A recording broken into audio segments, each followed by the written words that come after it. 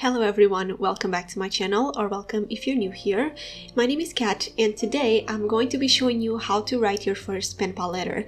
I have several videos about pen paling on my channel and others about pen paling 101, but in this video I'm going to do an updated version of those, and I'm going to show you how I'm going to write my first letter to Marianne, one of my Ko-Fi pen pals. If you would like to be my pen pal, my Ko-Fi memberships are down in the description box. And if you would like to know how I write my first pen pal letter to my members, just keep on watching. So I'm starting this video by gathering some supplies, and my theme for her letter is going to be based off this sticker sheet from Sticky Club. You can get a free sticker sheet with your pack with the code CATSPlanner, and everything is going to be linked in the description box. And this is how I like to start my pen pal letters, just to think about a theme and go from there. So the first thing that I'm going to do is gather some supplies, some pens, ephemera, other stationery, stickers, washi tapes, whatever. And I usually like to start with a theme in mind, or in this case with the sticker sheet in mind, and base my theme around that. So I don't really know Marianne yet. This is my first letter to her, and this is our first exchange. So I'm going to meet her through the letters. That's what pen paling is, and I'm really excited to meet her. And I'm going to start by creating the envelope. This is what I do for my pen pal letters. I always start with the envelope because I feel like I can create a better theme when I create the envelope, and then I can create the other items for her letter throughout the things that I created on the envelope, if that makes sense. I usually don't start with the letter. I start decorating the envelope just to get me going with my theme for the pen pal. I have been pen paling since 2020, and I actually have my PO box open. It's in the description box as well for anyone that wants to send me a letter, but I can only reply to Ko-Fi pen pals. So again, if you'd like to be my pen pal, it's going to be linked in the description, but my PO box is open for everyone. By the way, this video is divided into subsections, and if you have any questions, just leave them in the comments that I reply as soon as possible. So let's talk about envelopes. So I get mine from the Dollar Tree, and I highly recommend seeing ones on Amazon and making sure that you know the measurements of the envelope that you want and purchase them online. I can't find accessible envelopes that are in this craft paper in Portugal, only on Amazon, and they are pretty pricey, so I get them from an ex-pen pal from the US. And if you're outside of the US, just find them on Amazon or something like that. But if you have craft paper, you can just stick the paper on a blank white envelope, and it does the same thing. It's just another layer of paper on your envelope. I did this a couple of times for my videos, and I feel like it works. It's not perfect, but it works, and you get the background of a craft envelope anyways. At the end of the video, I'm going to talk about how I mail my pen pal letters. That is a question that I receive a lot, so stay tuned for that. So I think that through the envelope, you can transmit to your pen pal what you're feeling and what your type of art into scrapbooking is, if that makes sense. I like to make my pen pals pretty heavily but minimalistic at the same time, and to use a lot of colors or do a monochromatic one. So it's either one or the other, and I feel like I can transmit my art through the envelopes better. So I always try to be super creative and to spend a long time on the envelope. But I receive a lot of pen pal letters that are just simple envelopes with just my name lettered on it, or some stickers to decorate it, and that's totally fine. That's not what pen paling is about. You should have fun creating your pen pal letter. So if you just don't have a lot of stationery to decorate the envelope, that's totally fine, and there's nothing wrong with that. I receive a bunch of letters like that, and I appreciate every single one of them. But if you're not familiar with my shop, I actually sell pen pal envelopes on my shop. So if you don't have a lot of stationery and you still want to give your pen pal a pretty letter, or a pretty envelope at least, you can go over to my shop and shop one of my pen pal envelopes. I have a couple of themes now, and I'm actually having a sale right now dedicated to pen paling. So if you also want to grab a pen pal letter set, you can with a discount, and everything is going to be in the description and on the screen, so make sure you take advantage of this sale all about pen paling.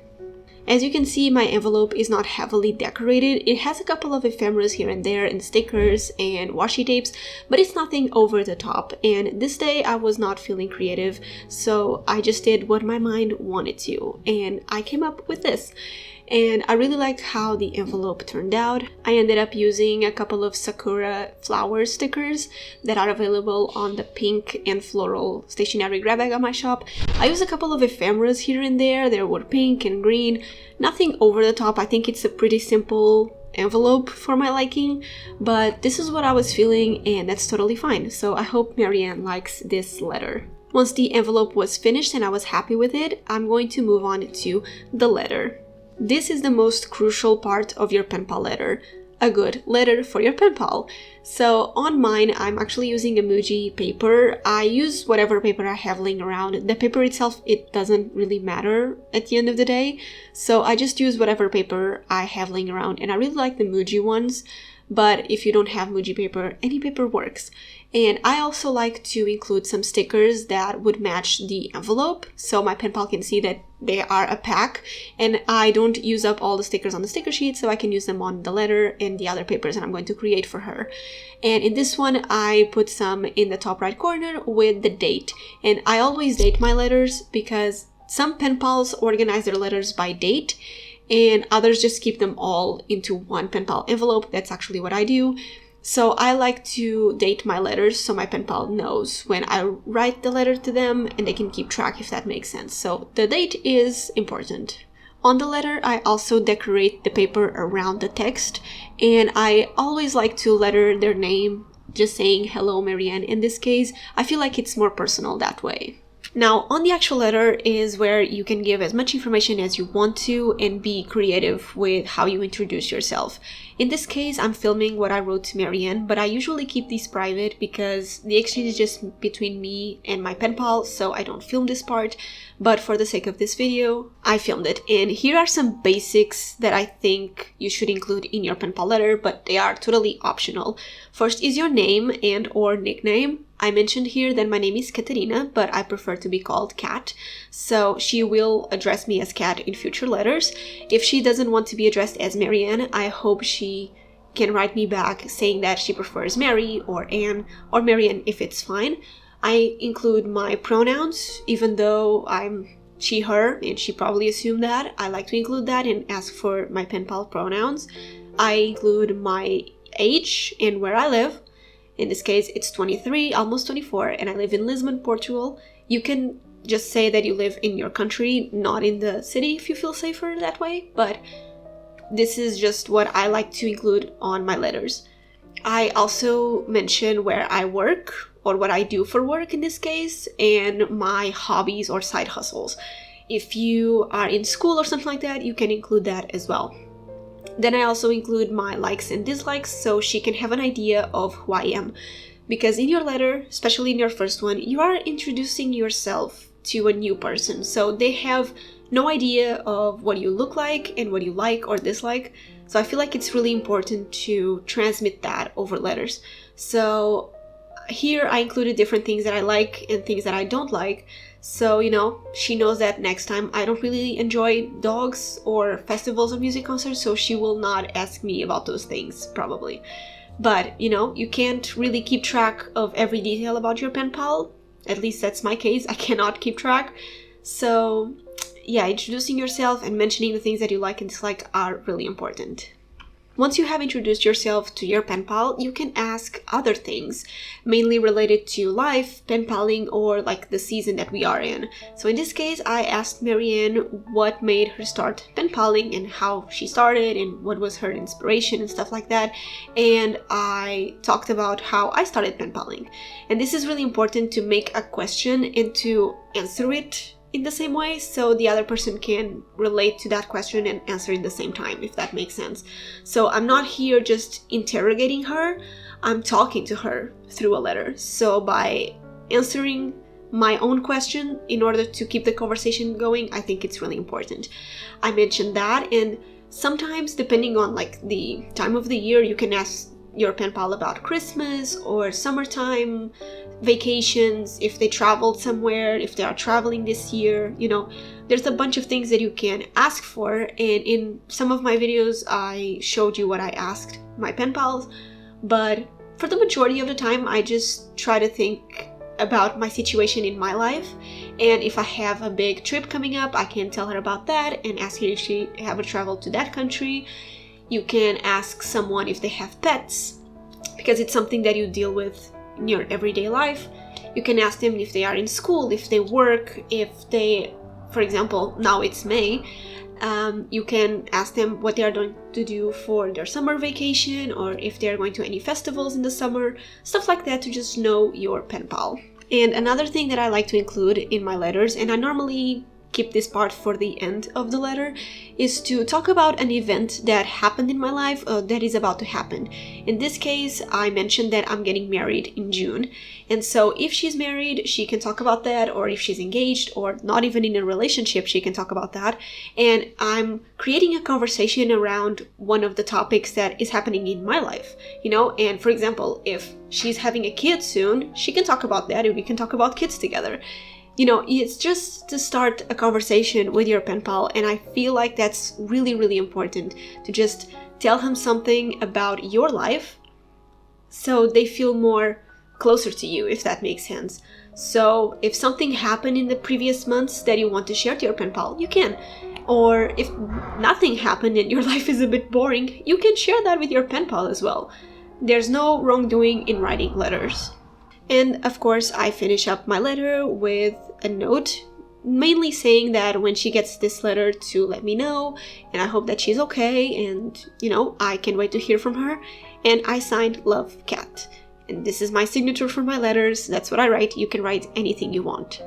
Once the letter is done, you can move on to gifts to your pen pal, but in this case I decided to do a questions paper, and these papers are really fun to make, and I usually do one of these in every single pen pal that I do and that I have on my channel.